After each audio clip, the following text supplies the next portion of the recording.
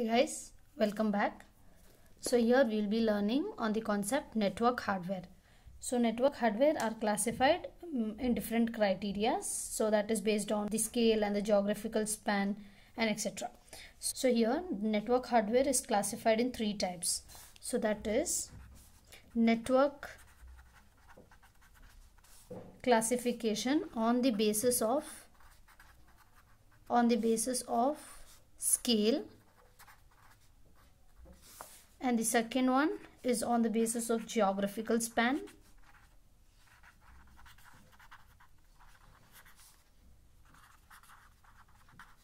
and the third one is on the basis of relationship. So we will learn one by one. So on the basis of scale is not so important. So here we will just look with one example. There will be a distance and where you are going to locate that, and one with example. So the distance I take as 10 meters. So I am discussing with this first one, that is on the basis of scale. So if I take 10 meters, so this is my distance. So where am I locating this? I'll be locating this in a room. So what kind of network I'll be using here? I'll be using LAN. So you'll be learning about LAN, WAN and MAN in this geographical span. So this is what on the basis of scale. So now let's move on with geographical span.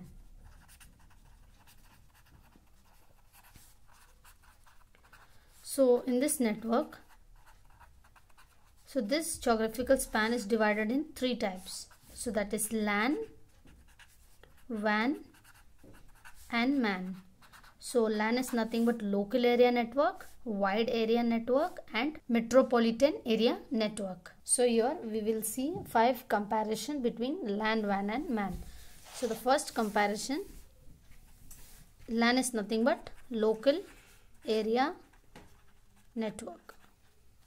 WAN, wide area network, metropolitan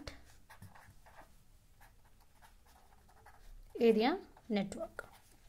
Now the second comparison is that, so LAN operates in a small geographical area. So that is like a room, building, office, campus, etc. And in WAN, so this gets operate in a large geographical area. So that is like country, continent and stuffs, etc. So in metropolitan, so this is in a large geographical area such as city or some metropolitan area. Okay, and the third difference, so LAN is privately owned. It's privately owned, and WAN is private public, or this can be leased. And MAN helps in providing large scale like telephone service, etc. So and the fourth difference, LAN can be easily designed and maintained.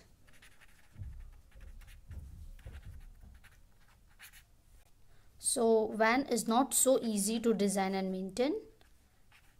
Not so easy to design and maintain. And MAN is not so easy to design and cheap to maintain. So the fifth difference is that, so the various equipments used in LANs are nothing but repeaters, hubs, networks, etc. WAN operates on the principles of switching, which we will be learning in our next videos. The devices used in MANs are routers, telephones, etc. So these are the 5 differences between LAN, WAN and MAN. Now let's discuss on the third type, so that is based on relationship. So in relationship there are again of 3 types. First one, peer-to-peer network. Second, it's client server network, and the third is hybrid network.